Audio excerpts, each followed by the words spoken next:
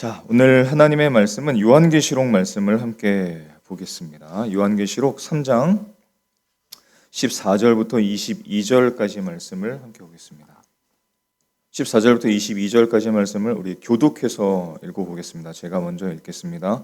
라오디게아 교회의 사제에게 편지하라. 아멘이시오 충성되고 참된 증인이시오 하나님의 창조의 근원이신 이가 이르시되 내가 내 행위를 아노니 네가 차지도 아니하고 뜨겁지도 아니하도다. 내가 차든지 뜨겁든지 하기를 원하노라. 내가 이같이 미지근하여 뜨겁지도 아니하고 차지도 아니하니 내 입에서 너를 토하여 버리리라. 내가 말하기를 나는 부자라 부요하여 부족한 것이 없다 하나 내 곤고한 것과 가련한 것과 가난한 것과 눈먼 것과 벌거벗은 것을 알지 못하는도다. 내가 너를 권하노니 내게서 불로 연단한 금을 사서 부유하게 하고 흰옷을 사서 입어 벌거벗은 수치를 보이지 않게 하고 안약을 사서 눈에 발라 보게 하라. 누릇 내가 사랑하는 자를 책망하여 징계하노니 그러므로 네가 열심을 내라 회개하라. 볼지어다 내가 문 밖에 서서 두드리노니 누구든지 내 음성을 듣고 문을 열면 내가 그에게로 들어가 그와 더불어 먹고 그는 나와 더불어 먹으리라. 이기는 그에게는 내가 내 보좌에 함께 앉게 하여 주기를 내가 이기고 아버지 보좌에 함께 앉은 것과 같이 하리라. 함께 읽겠습니다. 귀 있는 자는 성령이 교회들에게 하시는 말씀을 들을지어다. 아멘. 오늘 이 밤에 성령님께서 저와 여러분에게 하시는 말씀을 잘 경청할 수 있기를 소망합니다. 오늘 이 말씀은 사도 요한을 통해서 주님께서 라오디게아 교회를 향해서 그리고 508년 전에 있었던 종교개혁의 시대를 위해서 향해서 그리고 지금 우리에게 주시는 말씀입니다. 예수님께서 부활하시고 승천하신 후에 약 60년이 지나서 당시 반모섬에 유배되어 있었던 사도 요한에게 예수님께서 환상 가운데에 나타나셨습니다.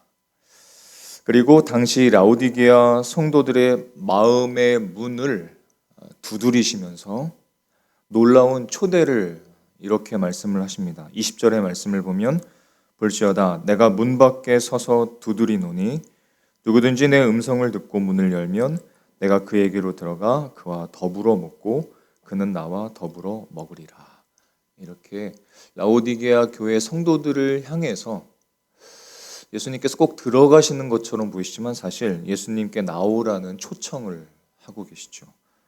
부드럽고 다정하게 하시는 그런 초대이지만 이 초대는 사실 그 전에 초대하시기 전에 강력한 질책과 그리고 심각한 경고에 이어서 이 초대가 등장합니다. 왜냐하면 당시 라오디게아 교회는 심각한 영적인 위기에 처해 있었기 때문이죠. 라오디게아가 받은 책망은 크게 두 가지입니다. 하나는 무엇이냐면 하나님에 대한 열정을 상실했다는 거예요. 그리고 더 무서운 일은 무엇이냐면 그런 현실을 자각하지 못하고 있었다는 겁니다. 그 두 가지를 책망하셨습니다. 한마디로 미지근해졌던 그 신앙을 열정과 그 사랑을 예수님께서 책망하신 다음에 문을 두드리노니 이렇게 초대를 하고 계세요. 여러분 미지근한 물은 몸에 좋습니다. 제가 한 잔 마실게요. 네. 앞에서 부르다가 밑에서 부르니까 힘드네요. 자, 미지근한 물은 몸에 좋은데 미지근한 영성과 미지근한 신앙은 아주 위험합니다. 주님께서 당시 라오디게아 도시의 환경을 빗대어서 가르쳐 주시는데 라오디게아 인근에는 유명한 온천지대가 있었습니다. 그래서 라오디게아까지 수도관을 통해서 물을 공급받고 있었는데 온천수를 공급받았어요. 그런데 이 물이 시작될 때는 아주 양질의 물입니다. 아주 좋은 온천수예요. 뜨겁고 유익하고. 그런데 약 9km의 이 수도관을 통해서 라오디게아까지 흘러 들어오면서 이 물이 미지근해집니다.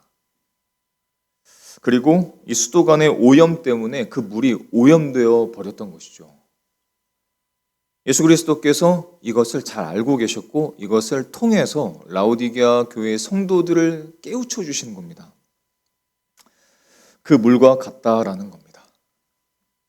그래서 그대로는 마실 수 없고 토해버릴 수밖에 없는 쓸모없는 물의 상태가 돼버린 것처럼 그들의 신앙이, 그들의 열정이 그렇게 되어버렸던 것입니다. 라오디게아 교회의 영적인 상태가 그런 지경이었습니다. 더 큰 문제는 무엇이냐면 그런 지경이 될 때까지 이 라오디게아 교회의 성도들이 그것을 알아채지를 못했던 거예요. 이것을 알아챘다면 하나님 앞에 회개하고 돌아올 기회가 더 있었겠지만 그렇지를 못했습니다. 자신의 신앙을 돌아볼 그런 안목이, 영적인 안목이 없었던 겁니다. 요한계시록 3장 15절과 16절의 말씀을 우리 다시 한번 읽어볼까요? 같이 읽어보겠습니다. 시작. 내가 내 행위를 아노니 내가 차지도 아니하고 뜨겁지도 아니하도다. 내가 차든지 뜨겁든지 하기를 원하노라. 내가 이같이 미지근하여 뜨겁지도 아니하고 차지도 아니하니 내 입에서 너를 토하여 버리라. 아멘. 주님께서 이렇게 토하여 버리리라. 왜 그러냐면 그들을 둘러싸고 있었던 외적인 풍요함들이 라오디게아 교회의 성도들의 눈을, 그 안목을 가리고 있었던 겁니다. 실상 저들의 시선이 그 시선에 온갖 외적인 것에 모두 다 쏠려 있었다는 거예요. 17절의 말씀을 보면 그것이 확실하게 더 드러납니다. 제가 읽겠습니다. 네가 말하기를 나는 부자라 부요하여 부족한 것이 없다 하나 네 곤고한 것과 가련한 것과 가난한 것과 눈먼 것과 벌거벗은 것을 알지 못하는도다. 나는 부자다. 나는 부족한 것이 없다. 했지만 주님께서 보시기에는 그렇지 않다는 말씀입니다. 너는 지금 곤고하고 가련하고 가난하고 눈이 멀어 있고 벌거벗어 있다. 이렇게 말씀하신 거죠. 그럴 만도 했습니다. 당시 라오디게아 교회 도시에는 돈이 굉장히 많았어요. 그리고 금융업이 성행하고 있었고 좋은 피복들을 생산하고 있었고 그 당시에 이름난 안약을 많이 생산하고 있었습니다. 외적으로 보면은 부유하죠. 외적으로 보면 부족한 것이 전혀 없습니다. 가난하지 않죠. 자신들이 보지 못한다고 여기지 않습니다. 안약도 있으니까요. 좋은 안약도 있으니까. 걱정할 필요가 없었던 겁니다. 근데 주님 보시기에는 전혀 그렇지 않았다는 겁니다. 여러분, 우리는 우리 자신을 잘 보고 있을까요? 우리 자신은 우리의 영적인 상태를 잘 알고 있을까요? 자, 그래서 예수님께서 이렇게 권면을 하세요. 18절의 말씀을 같이 읽어보겠습니다. 시작. 내가 너를 권하노니 내게서 불로 연단한 금을 사서 부요하게 하고 흰옷을 사서 입어 벌거벗은 수치를 보이지 않게 하고 안약을 사서 눈에 발라보게 하라. 은행에 쌓아둔 금이 아니라 시련을 극복한 믿음, 그 믿음으로 부유해져라. 멋진 옷 말고 흰옷, 마음의 거룩함으로 옷을 입어야 한다. 육체의 눈에 바르는 그 안약이 아니라 성령님의 통찰력으로 인도하심으로 자신의 영적인 실상을 보라. 이렇게 권면을 하신 겁니다. 주님께서 토하신다라고 말씀하시죠. 토하신다. 하나님을 향한 이 뜨뜻미지근한 신앙이 예수님께서 보시기에는 정말로 목이 메이실 정도였다는 겁니다. 꽉 막혔다는 거예요. 하지만 은혜가 있습니다. 은혜는 무엇이냐면 예수님께서는 그 미지근한 그리스도인들을 사랑하셨다는 겁니다. 사랑하셨어요. 그래서 엄한 말로 그들을 사랑으로 징계하시고 열렬한 회개와 개혁을 촉구하십니다. 19절의 말씀인데요. 같이 한번 읽어보겠습니다. 19절입니다. 시작. 무릇 내가 사랑하는 자를 책망하여 징계하노니 그러므로 네가 열심을 내라 회개하라. 우리를 책망하시는 이유, 우리를 징계하시는 이유는 우리를 사랑하시기 때문에 그렇습니다.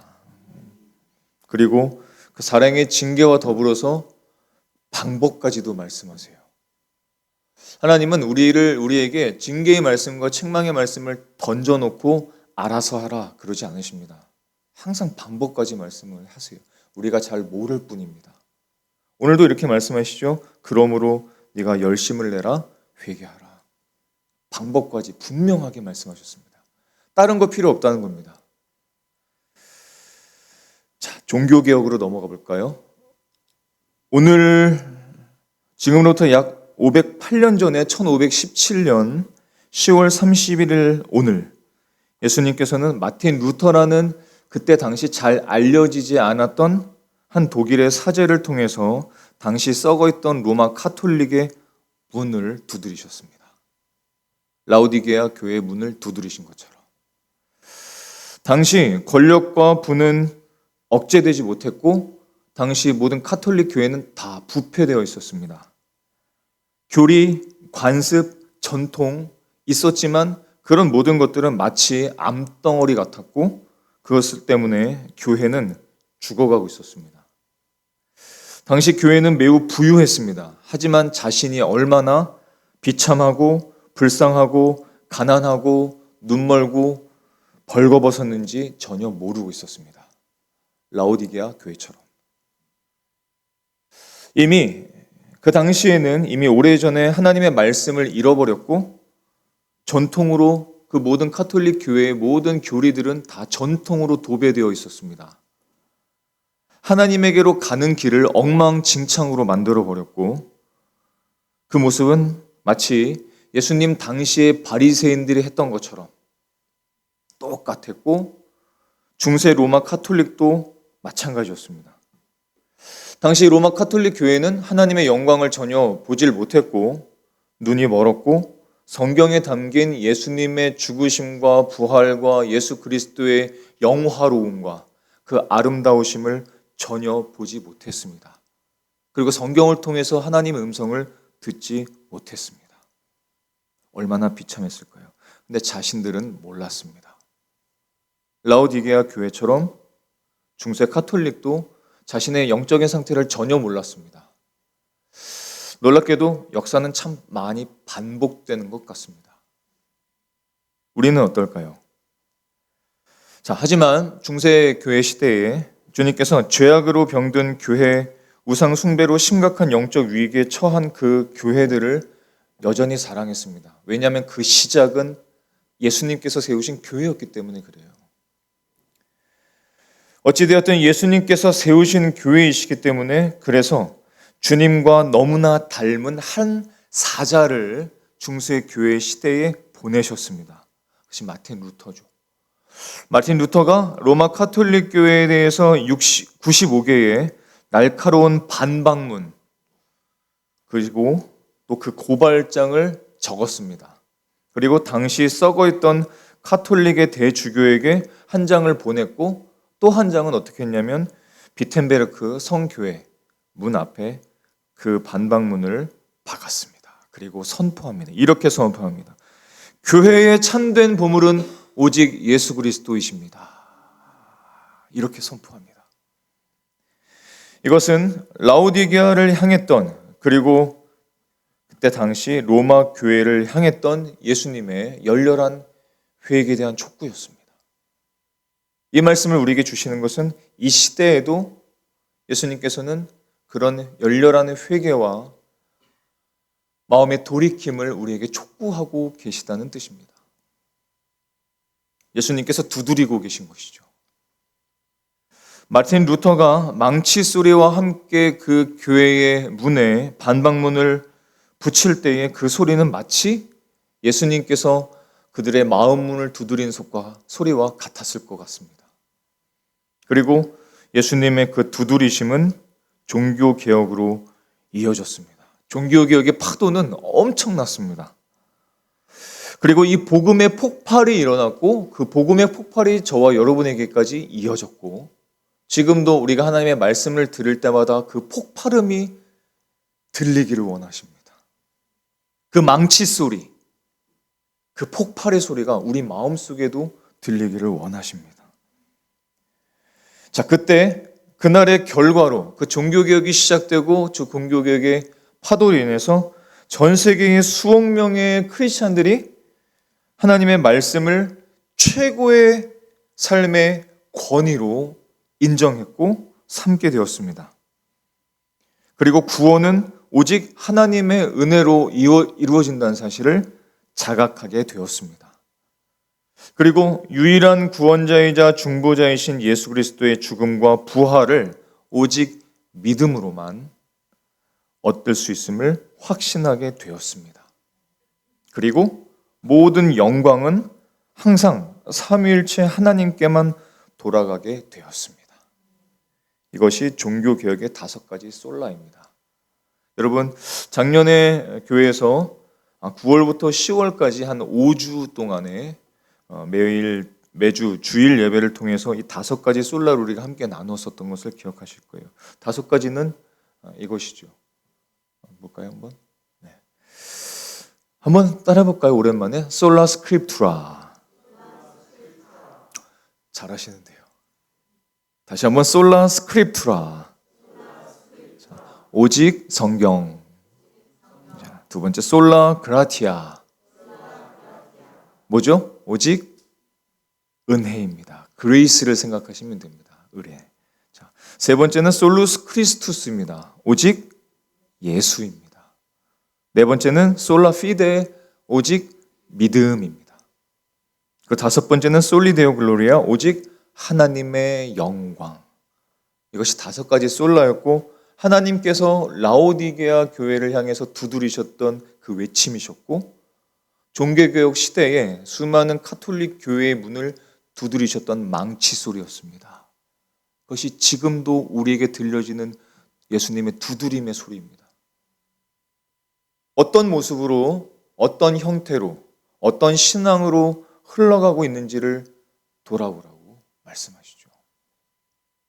라오디게아 교회처럼, 중세 교회처럼 그런 자신의 상태를 전혀 알지 못한 상태로 가고 있는지를 돌아보라고 말씀하십니다.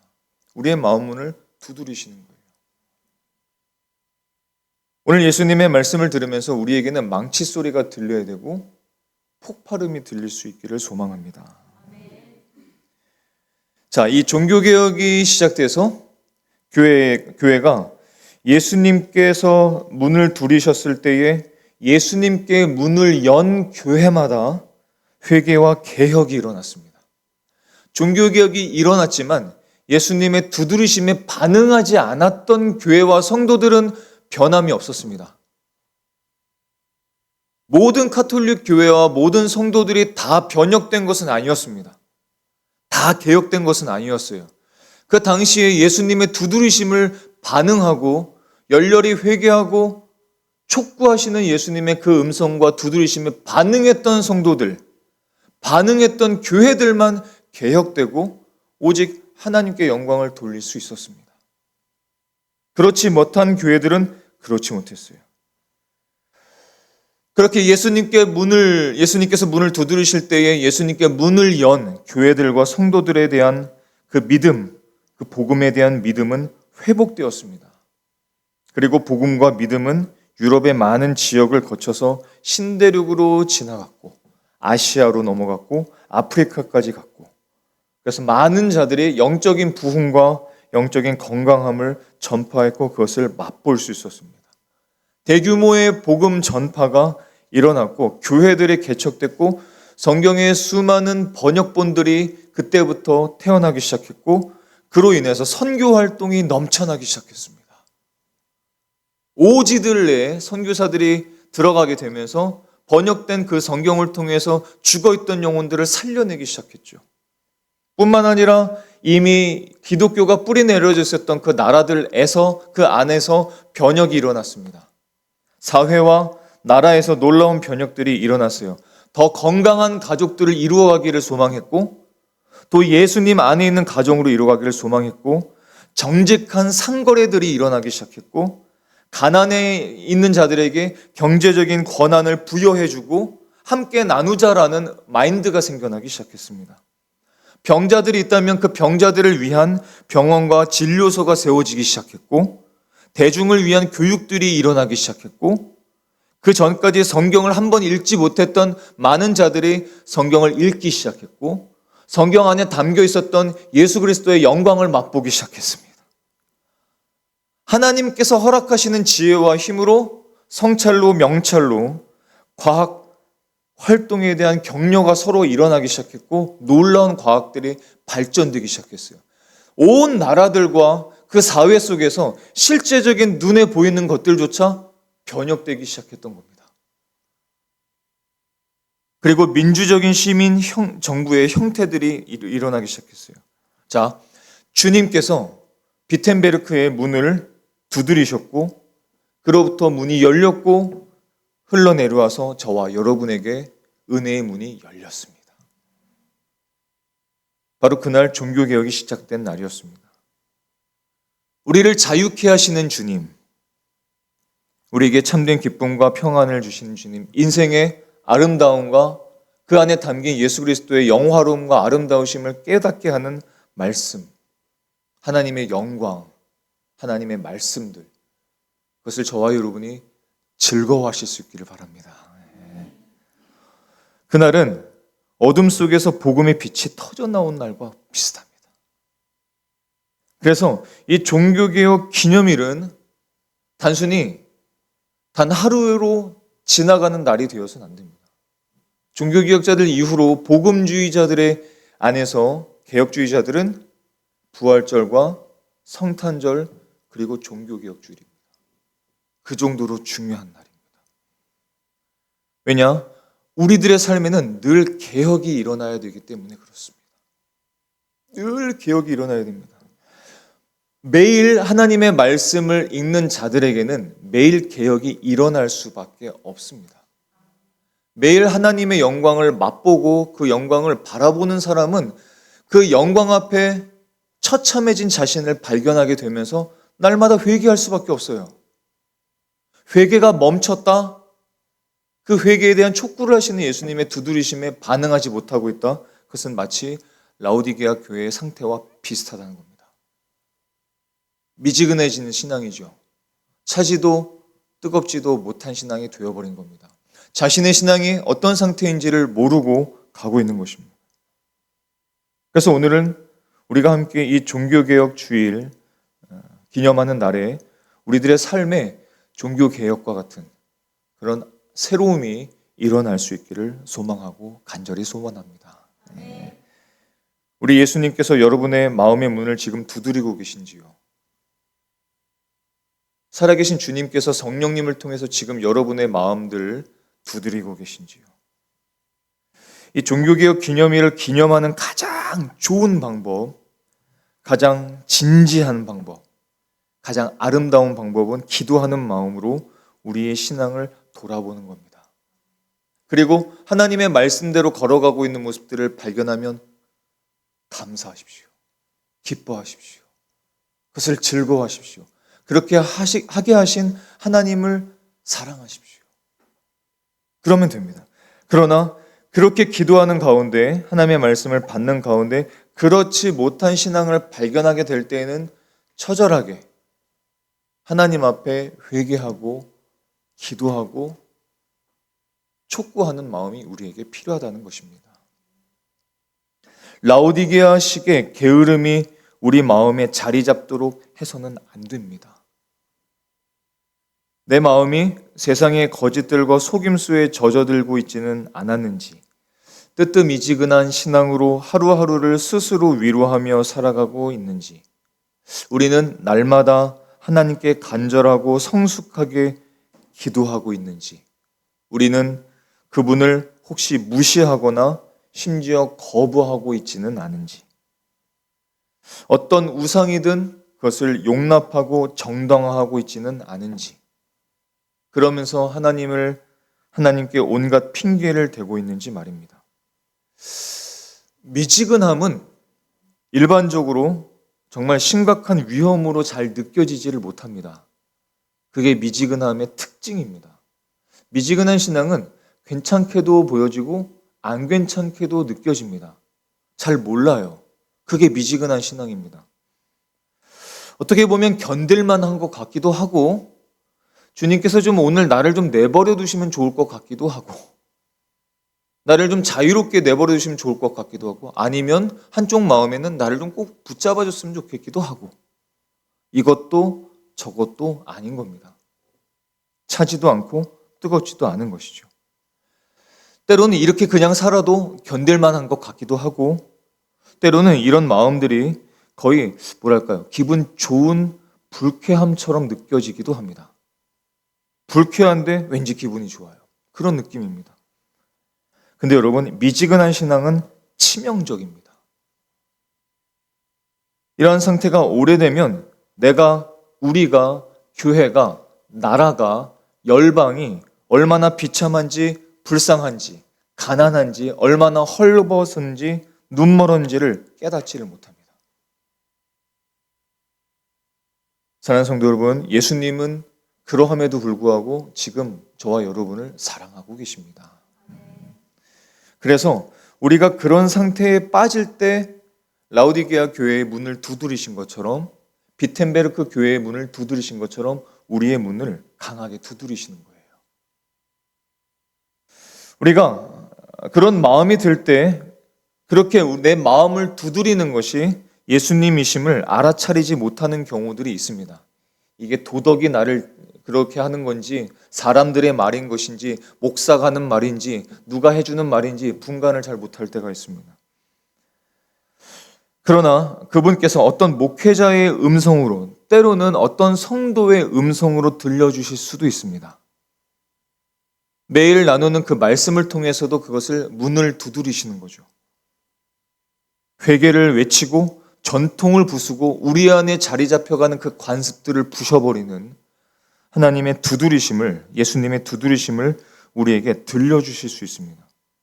그런데 우리들은 어떻게 되냐면, 그런 거친 회개의 촉구를 들을 때 우리의 마음은 보통은 방어적이 됩니다. 방어적이 돼요. 우리를 방어적이게 하고 나를 화나게 만들고 나를 불쾌하게 만들 수 있습니다. 하지만 주님께서 말씀하실 때 저와 여러분은 주의 깊게 들어야 됩니다. 그리고 내 안에 일어나는 그 잘못된 경계를 내려놓아야 됩니다. 우리가 경계해야 될 것은 거짓과 속임수지 주님의 말씀이 아닙니다. 예수님과 그분의 말씀을 전하는 저같이 부족한 그런 사자가 나타날 수도 있습니다. 그래서 저와 여러분에게 하나님의 말씀을 함께 나누고 회개를 촉구할 수도 있습니다. 하지만 그것은 저와 여러분을 어떻게 비열하게 대하거나 정죄하는 것이 결코 아닙니다. 만약 라우디게아 교회 성도들을 정죄했다면 라우디게아 교회는 그날 예수님께서 문을 두드리셨을 때 그 교회는 문을 닫았을 겁니다. 주님은 우리를 비열하게 대하시지 않고 우리를 정죄하지 않으십니다. 예수 그리스도 안에 있기 때문에 그렇습니다.